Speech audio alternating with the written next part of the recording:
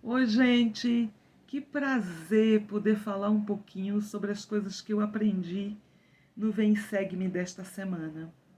E eu vou te contar como às vezes é difícil fazer esse vídeo, como é difícil expressar em palavras todos os sentimentos que às vezes eu tenho ao estudar a designação do Vem Segue-me. E não foi diferente com essa designação, porque João 1 é espetacular. João 1 é para você parar e dizer: gente do céu, quantas coisas nós podemos aprender, quantas coisas, quantos ensinamentos. E João, nós sabemos que quem escreve o livro de João é João o apóstolo, não é João Batista, é João que vai se tornar depois o apóstolo. Ele escreve o livro de João, ele escreve o livro de Apocalipse. E nós sabemos que João ele tem visões. E fica muito claro já como ele começa o livro. Porque ele fala em João 1 sobre a preexistência, sobre a preordenação, sobre a vida pré-mortal do Salvador Jesus Cristo.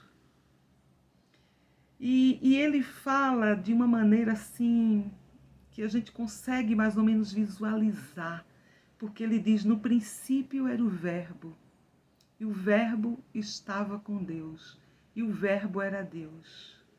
E o Verbo se fez carne, e o Verbo habitou entre nós. E a gente sabe que esse Verbo é o nosso Salvador Jesus Cristo. E quando a gente pensa em verbo, nós pensamos em quem? Em ação. Não é assim? Quando a gente vai para a Bíblia em inglês, a gente tem a palavra, no princípio era a palavra. Então, muito semelhante a verbo, né? Porque tanto a palavra como o verbo remete à ação. Assim como o evangelho. Esse é um evangelho de ação. E eu fiquei muito impressionada quando ele fala, né, sobre Cristo a princípio. Ele já era um Deus e ele estava com Deus. Então, sob a direção do nosso Pai Celestial, ele criou todas as coisas, todas as coisas. Então é maravilhoso pensar como esse mundo ele foi pensado em todos os detalhes. E eu fico imaginando que deve ter acontecido de repente uma reunião, um conselho, para poder desenhar esse plano maravilhoso, né? Esse plano de salvação e essa terra que nós habitaríamos e que teríamos um Salvador. Então, a gente aprende com João que as coisas não se deram por acaso. Essas coisas foram planejadas e Cristo estava lá desde o princípio. E a gente aprende também que a gente não pode deixar a nossa vida ao léu e não planejá-la. Mas a gente começou um ano agora. É hora de rever as metas, é hora de sentar em família, é hora dos nossos conselhos familiares, de planejarmos a nossa vida. E aí ele fala sobre Cristo, e ele fala com muita propriedade sobre Cristo. Ele fala sobre Cristo, que é a luz e a vida. E que sem ele, nada do que foi feito se fez. Ou seja, é tudo por causa dele. Então toda a nossa existência, todo esse mundo, todo o evangelho, tudo precisa estar centralizado em nosso Salvador Jesus Cristo. E é muito interessante porque aí ele vai falando que esse Cristo nasceu, que habitou entre nós, né? Mas que ele diz: vim para os meus, né? Ele veio para os seus, mas os seus não o reconheceram, não o aceitaram. Então aí ele está falando dos judeus que não o aceitaram, que não o reconheceram como Cristo, como esse Salvador. Mas a gente não pode esquecer que nós somos agregados aí, né? Nós também somos parte da casa de Israel. Então isso também se estende a nós. Será que temos reconhecido o Cristo na nossa vida? Quando chegaram os missionários, quando conhecemos a igreja, reconhecemos esse Cristo? Ou será que eu ainda estou na dúvida e não reconheci esse Cristo? Então ele diz, né, que os seus não reconheceram. Então que a gente possa realmente pensar em como trazer Cristo para a nossa vida, em como reconhecê-lo diariamente e como nos aproximarmos dele, como saber mais sobre ele. Isso vai nos ajudar a ter mais amor e a aceitar o seu convite de sermos discípulos, verdadeiros discípulos de Cristo. Então, João, ele fala sobre a missão do Salvador, que começou muito antes dessa existência mortal. Ele fala de Cristo, né, que é a luz e a vida do mundo. Ou seja, ele ilumina tudo. Ele é luz. E sem luz não somos nada. E ele veio para que a gente tenha vida, vida em abundância. Então, ele relata, ele conta também sobre João Batista, sobre o testemunho de João Batista, de quando as pessoas ficam curiosas. Quem é esse homem, né, que está atraindo seguidores, que aí foi criado no deserto? Será que ele é o Cristo? Então, alguns judeus foram lá interrogar João Batista. E João Batista diz que não, que ele não é o Cristo. Que o Cristo virá e que será muito maior do que ele. Mas que ele é aquele que veio preparar o caminho do Salvador. E eu achei tão bonito isso, porque João Batista e Jesus Cristo, nós sabemos que eram primos, né? Mas João Batista compreendia muito bem a sua missão. E não havia espaço nesse relacionamento para inveja, para pensar assim, poxa vida, é o meu primo e vai ser o salvador do mundo, eu vou preparar o caminho dele.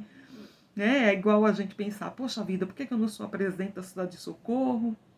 Ou por que eu não sou o bispo, não sou o presidente de estaca? Ou se sentir melhor que o outro. Então, olha a humildade de João Batista e entender a sua missão. O quanto ele era grande e o quanto ele precisava cumprir a sua missão. E quando Cristo chega, né, ele reconhece a autoridade de Cristo. E quando Cristo vai lá para ser batizado, ele se nega, né, porque ele diz, mas ele não tem pecado. Né? E Cristo diz, não, isso é para que se cumpra a justiça. Então ele aceita e batiza aquele que ele sabia que tinha uma missão muito maior que a sua, que era maior do que ele. E ele diz, né, eis o Cordeiro de Deus. Então olha que impressionante é o testemunho de João Batista, olha que impressionante é o caráter de João Batista, que foi aquele que viveu longe de tudo, que para sobreviver ele não viveu ali numa civilização, que no momento certo a sua pregação atraiu muitos discípulos, né, e que era um profeta de Deus, e que aquele que veio preparar o caminho do Salvador, aquele que teve uma missão linda e que sabia e reconhecia que o Salvador era maior do que ele. Então que a gente possa aprender com a humildade de João Batista, que a gente possa aprender com o que João está nos relatando. E é interessante porque no outro dia diz que João Batista estava com 2 dos seus discípulos. Gente, que passagem linda é essa, linda. Porque ele está com 2 de seus discípulos, que nós sabemos que, embora que não esteja explícito, mas era o próprio apóstolo João, que está relatando essa história, e André. Eles eram os discípulos que estavam aí com João Batista, quando Cristo vai passando. E João Batista diz, eis o Cordeiro de Deus. João Batista testifica. E o que é que fazem os 2 discípulos? Simplesmente vão seguindo a Cristo, eles vão atrás. Eles acreditam no que disse o profeta, no que disse João Batista. Eles deram discípulos de João Batista. Quando João Batista testificou do Cristo, eis o Cordeiro de Deus, eles puderam reconhecer isso. Então eles seguem o Salvador. E nesse momento o Salvador olha, como se dissesse, opa, tem alguém me seguindo. E o Salvador faz a pergunta para eles, o que buscais? Se o Salvador fizesse essa pergunta para nós, o que responderíamos? O que buscamos? e que a gente possa ponderar. Eu vou à igreja todos os domingos e o que é que eu estou buscando? Eu vou simplesmente para me confraternizar, para encontrar os amigos? Eu vou porque é um lugar bom, porque ensina coisas boas? Ou eu vou para renovar os meus convênios, para decidir ser alguém melhor a cada semana e um verdadeiro discípulo de Cristo? Eu vou para eliminar aquelas mágoas, aquelas picuinhas da minha vida, para os argueiros, né, do meu olho. Eu vou para me santificar, para me purificar. Eu vou porque um dia eu quero voltar à presença de Deus. O que é que eu busco? Eu vou porque eu quero perdão dos meus pecados? Então que a gente realmente possa pensar nisso e buscar a Cristo com mais significado na nossa vida. E quando Cristo perguntou isso para André e João, o que buscais? E eles disseram, onde moras? Onde você mora? Nós queremos ver onde é que você mora. E Cristo responde, né? Cristo responde para ele, vinde e vede. Ou seja, vinde e vede. Veja vocês com os próprios olhos. E eles seguiram a Cristo. E acho que gostaram muito, porque ficaram o dia inteiro com Salvador. Então, que a gente possa realmente pensar, né? Essa pergunta, onde mora, é muito significativa até. Né? As pessoas dizem assim, onde mora, muitas vezes as pessoas dizem que você só conhece alguém quando você entra na casa dela, quando você vê a maneira que ela vive, quando você lida, né, com, sabe, os problemas que ela enfrenta e etc. E nesse momento, Cristo abriu as portas da sua casa para eles. Vem e vede, é aqui que eu moro. É esse o meu estilo de vida. É assim que eu vivo. Né? E é uma citação linda que tem no manual do Vem Segue-me, falando exatamente sobre isso. Né? Que Cristo queria que eles vissem como ele vivia, quem era ele. Então, que a gente possa realmente pensar e trazer Cristo para a nossa casa. Que Cristo possa estar em todos os lugares da nossa vida. No nosso trabalho, na nossa casa, que a gente possa trazê-lo para mais perto de nós. Trazer os seus ensinamentos, trazer a nossa vontade de ser mais parecido com ele. E eles ficaram aí com Cristo todo o tempo. E é impressionante porque depois dessa experiência, André testifica sobre Cristo. Né? Porque André diz assim, André diz assim, gente, só um minutinho, deixa eu achar aqui. Ele encontra Pedro, que era irmão de André, e diz assim, achamos o Messias, que é o título da nossa aula. Achamos o Messias. Olha isso. Eles eram homens estudiosos das Escrituras. Eles sabiam os sinais. E eles acharam o Messias. E eles prestam testemunho disso. E é nesse momento que Pedro é apresentado ao Salvador. Então, olha que divino isso, né? Nesse momento que Pedro é apresentado ao Salvador. E é curioso porque todo esse capítulo é uma sucessão de testemunhos de discípulos que depois se tornarão apóstolos e que reconhecem o Salvador. Mas para que eles reconhecessem o Salvador, eles precisavam ter uma vida em sintonia. Eles precisavam estudar as Escrituras. Eles precisavam ser iluminados com esse entendimento para poder reconhecer o Cristo. E eles reconheceram. Então, olha só. E foi nessa ocasião que Cristo, né, olhou para ele e disse, tu és Simão, filho de Jonas, e tu serás chamado Cefas, que quer dizer Pedro. Que lindo e maravilhoso, porque mais adiante a gente vai ver como Pedro, esse discípulo que está recém conhecendo o Salvador vai se transformar em um homem poderoso. E o profeta que vai suceder aí, e que vai ser o cabeça da igreja após a morte do Salvador. Vocês estão percebendo que coisa grandiosa é ter esse relato, essa história contada sobre esse princípio aí da organização da igreja? Aí, mais adiante, a gente vê o seguinte: no dia seguinte, Jesus quis ir para a Galileia. E no caminho, o que acontece? Ele achou Filipe. Ele encontra Filipe e simplesmente diz para Filipe: segue-me. Olha só, ele olha e diz: segue-me. Como é que vocês acham que Cristo escolheu os seus apóstolos? Será que eles os conheciam? Sim, gente. Ele já os conhecia. E conduzido pelo Espírito, ele sabia exatamente a quem chamar e por que chamar. E nesse momento ele diz: segue-me. Não houve simplesmente dizer: olha, eu sou o Cristo, eu fui batizado por João Batista. Ele não falou o currículo dele, ele só disse: segue-me.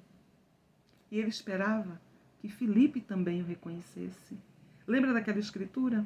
Os eleitos ouvirão a minha voz, e haverá um rebanho e um pastor. Vocês lembram quando o evangelho bateu na sua porta? Não dá para esquecer, não é? Quando os missionários chegam, ou as missionárias, o Espírito, a luz que traz, que de repente dissipa todas as dúvidas, a paz que dá ao seu coração. E aquele convite: irmão, você será batizado? E esse convite, os eleitos ouvirão minha voz. Os eleitos aceitarão o Evangelho. A gente não precisa temer. Então, nesse momento, o Salvador vai lá e faz o convite: segue-me. Esse convite o Salvador faz para a gente todos os dias: segue-me. E Filipe, assim como André, assim como Pedro, que eram inclusive da mesma cidade, seguem o Salvador. E é lindo porque Filipe, aí no caminho, ele encontra Natanael. Olha como é maravilhoso, porque um vai prestando testemunho para o outro, e para o outro, e para o outro.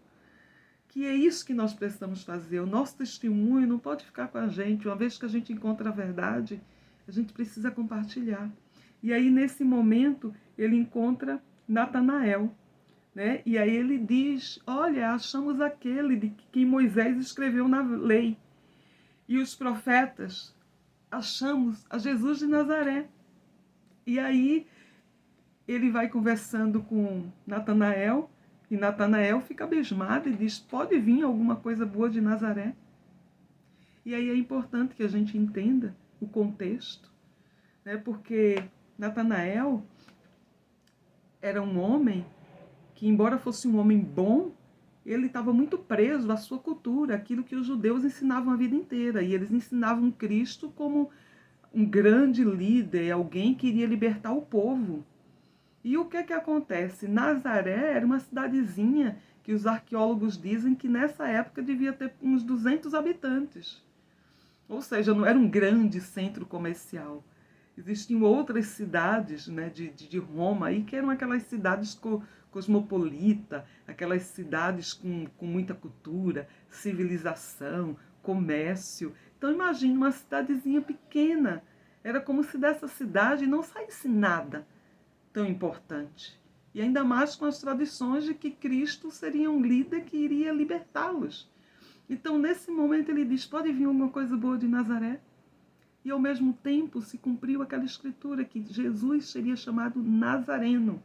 Porque precisamos lembrar que, embora o anjo apareceu para Maria em Nazaré e anunciou o nascimento de Cristo, Cristo nasceu em Belém, né? Belém da Judéia.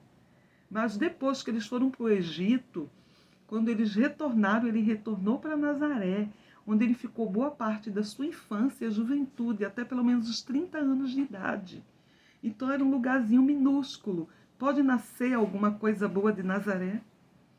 E nesse momento, Filipe diz uma coisa muito curiosa: vem ver.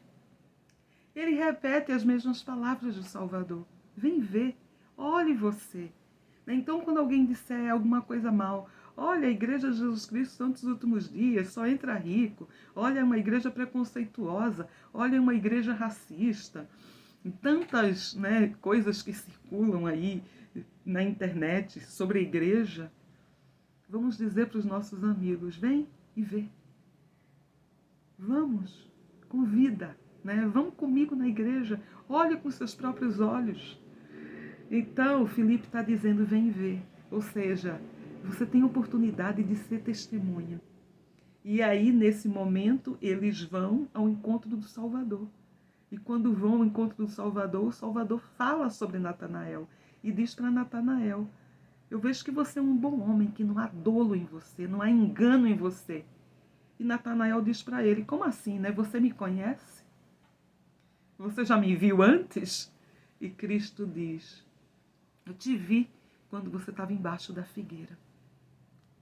Ou seja, Cristo estava observando ele. E muitas vezes, meus irmãos, talvez a gente pense que somos insignificantes e que Cristo nos esqueceu. Isso não é verdade. Ele ama a todos nós e Ele nos vê. Ele nos vê quando a gente está lá lavando a louça.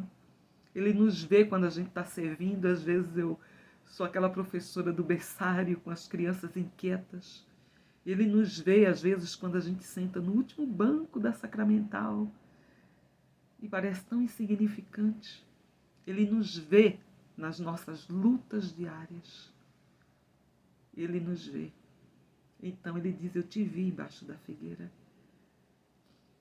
E nesse momento, Natanael abre o coração, né? E Natanael abre o coração e também testifica sobre Cristo. Gente, desculpa, eu estou chorando porque é emocionante. Mas aí esse capítulo é fechado com palavras de ouro, porque ele diz assim, né? E Jesus respondendo disse-lhe: por que te disse, vi-te debaixo da figueira, crês? Ou seja, eu só te vi debaixo da fogueira e você está crendo nisso? Imagine quando você vê todas as outras coisas que eu vou te mostrar. E aí ele diz: na verdade, eu te digo, que daqui em diante vereis o céu aberto e anjos de Deus subindo e descendo sobre o Filho do Homem. Que promessa linda para esses homens recém-discípulos que se tornam apóstolos do Senhor. Eu fico pensando em João relatando esses céus abertos. O Cristo pré-ordenado e, ao mesmo tempo, o começo da sua conversão. Eu aprendi tanto com essa aula, tanto com o testemunho desses homens e com a força deles de seguir a Cristo imediatamente.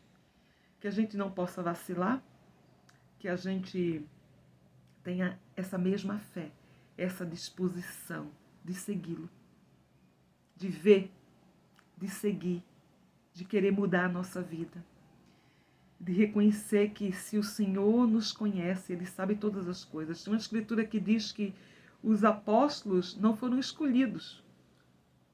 Eles não escolheram a Cristo, ou melhor, Cristo escolheu a eles. Foi o Salvador quem escolheu. Porque o Salvador os conhecia. O Salvador nos escolhe também. Porque Ele nos conhece. Ele sabe o nosso coração. Ele sabe a nossa grandeza. Que possamos servir ao Senhor. Que possamos centrar a nossa vida nele. Que possamos entender o que buscamos nessa vida. E se compreendermos o que buscamos, vai ser muito mais fácil ter a nossa vida centrada em Cristo. Viver cada dia com os olhos fitos nas recompensas que teremos. Se formos fiéis, se formos obedientes, claro. Gente, uma boa semana, que possamos continuar aprendendo muito com o Vem Segue-me. e que possamos aceitar o convite do nosso Salvador.